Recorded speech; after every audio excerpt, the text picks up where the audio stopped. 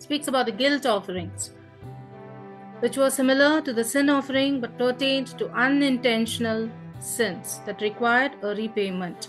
So, this reflects the principle of restoration and responsibility in one's relationship with God and with fellow human beings. Leviticus chapter 6 speaks about additional laws for offerings. This chapter reminds us of the seriousness of sin and the importance of making amends and the beauty of God's forgiveness through the process of offering. Despite our transgressions, the way to reconciliation and sanctification is always open, grounded in the principles of restitution, humility, and dutiful observance of God's law. Leviticus chapter 7 speaks about more of sacrificial offerings.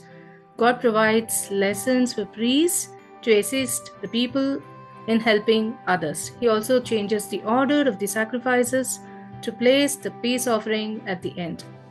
His goal is to teach us that helping others to find peace with God should be our ultimate and final goal. Amen. And that's the end of Bible Keynotes. We completed with Leviticus chapter 7. Questions for today. From Leviticus chapter 6, verse 9.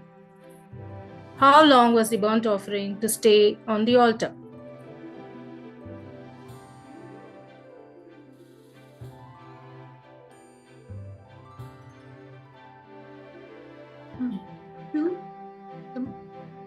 The Lord commanded to Moses to give Aaron and his sons the following regulations to be left on the altar for burnt offerings. A burnt offering is to be left on the altar all night long, and is the fire to be kept burning Until morning.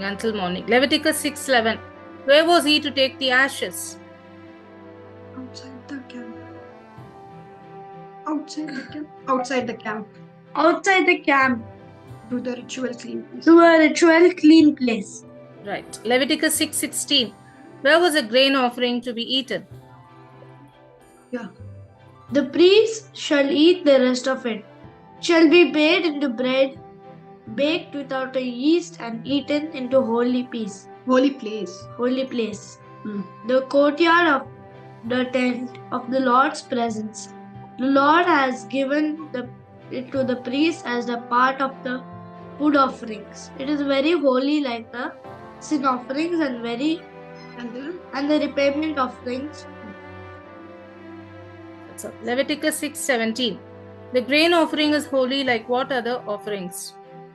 Sin offering. Sin offering and the repayment offering. Sin offering and the guilt offering.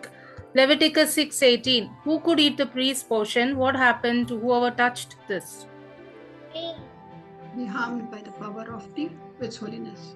Any of the Aaron Read.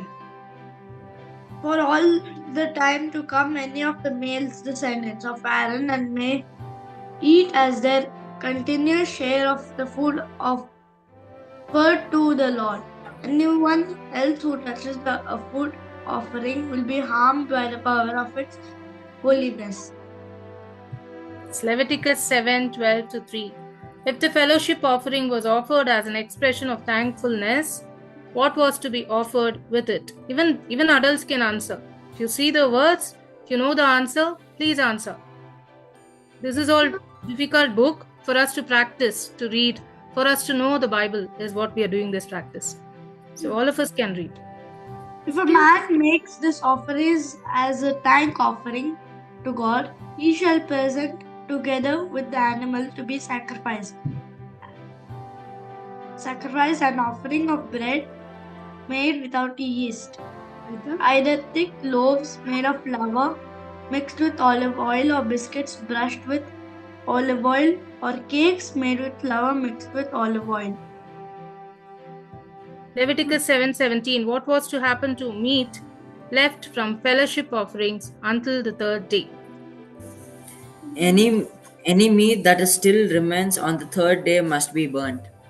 Correct. Leviticus 7:18. What happened if it was eaten on the third day? If any of it's eaten on the third day, God will not accept the man's offering. The offering will not be counted to his credit, but will be considered unclean, and whoever eats it will suffer the consequences. Right. Last question, Leviticus 7:30. What part of the fellowship offering became the wave offering? Bringing in with his own hands as the food offering. He shall bring the fat of the animal with his breast and present it as a special gift to the Lord. Amen. Thank you, Aniket. Thanks to all the families. Good night. God bless.